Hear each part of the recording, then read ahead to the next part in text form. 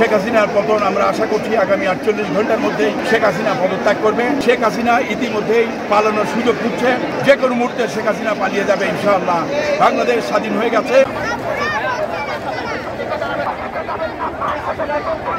পূরণ হয়নি, ছাত্ররা এখনো তাদের দাবি 9 দফা দাবি 100 দফা পূরণ হয়নি। আর ছাত্রদের এখন 1 দফা, সেটি হচ্ছে সরকারের এই ফ্যাসিস্ট জালিম খুনি সরকারের পদত্যাগের দাবিতে ছাত্ররা ঐক্যবদ্ধ হয়েছে।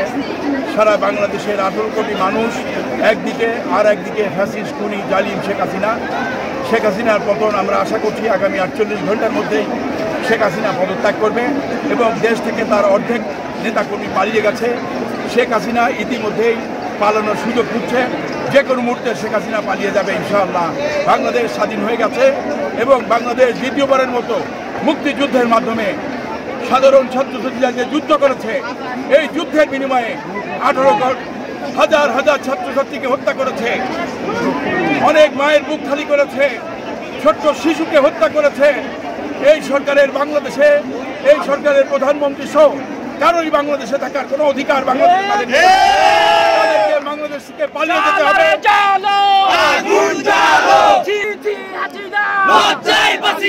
আমার ভাই বলল কেন? আমার ভাই বলল কেন?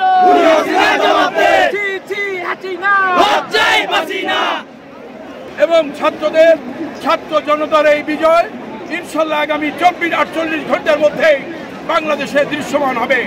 শেখ হাসিনা পালানোর প্রস্তুতি নিচ্ছে এবং ইতিমধ্যেই তার অর্ধেক লোক পালিয়ে গেছে। শেখ হাসিনাও বাংলাদেশ থেকে পালিয়ে যাবে।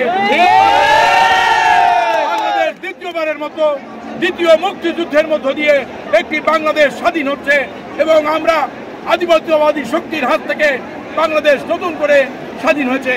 যেভাবে স্বাধীন হচ্ছে শ্রীলঙ্কা, যে দেশের পৃথিবীর বিভিন্ন দেশে ছাত্র জনতার আন্দোলনে মানুষ মুক্ত হয়েছে, একই কায়দায় রক্তের বিনিময়ে বাংলাদেশের মানুষ স্বাধীন হয়ে গেছে এবং স্বাধীন হচ্ছে ইনশাআল্লাহ 48 ঘন্টার মধ্যে।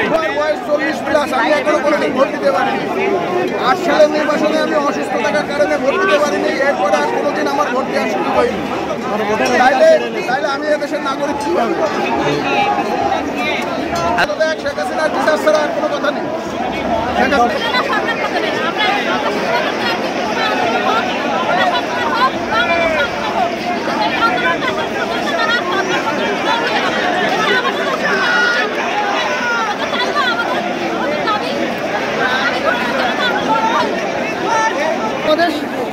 নিম্ন কোঠা আন্দোলন দিয়ে শুরু হয়েছিল, কিন্তু তার কিছু সামান্য কিছু দাবি দাবা না মানার কারণে এখন তার অবস্থা এখন এই পরিণতিতে এসে দাঁড়িয়েছে এবং আমরা চাই তার পতন হোক, তার পতন হবে ইনশাল্লাহ। সরকার পতন ছিল না, আমরা প্রথম থেকেই 9 দফা কোটা আন্দোলন নিয়েছিলাম, কিন্তু আমাদের গায়ে হাত তুলে আমাদের ছাত্রদের দিয়ে কিংবা পুলিশ দিয়ে আমাদের গায়ে আমাদের বন্ধুদের হত্যা করার কারণে আমরা আজকে প্রধানমন্ত্রী পদত্যাগ চাই। আমাদের ছিল দাবি, প্রত্যেকটা আমরা শেষ করে দিয়ে আমরা এখন একটাই দাবি নিয়ে আসছি, সেটা হলো প্রধানমন্ত্রী আমরা কেন আজকে এত মানুষ না কেন আমরা